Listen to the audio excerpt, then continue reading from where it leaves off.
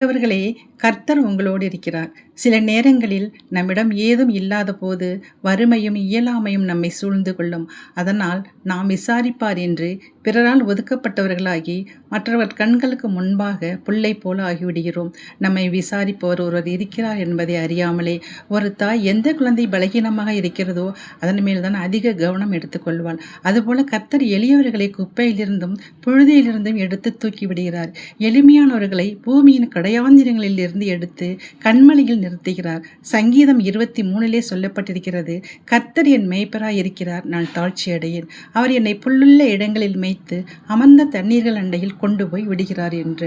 மேலும் நன்மையும் கிருபையும் நம்மை தொடரும் என்கிறார். அவர் கிருபை முடியாது. அந்த கிருபையின் தொடர்ச்சியிலே நம் வெற்றிடங்கள் நிரப்பப்படும். வெட்டாந்திரை தண்ணீர் தடாகமாக மாறும்.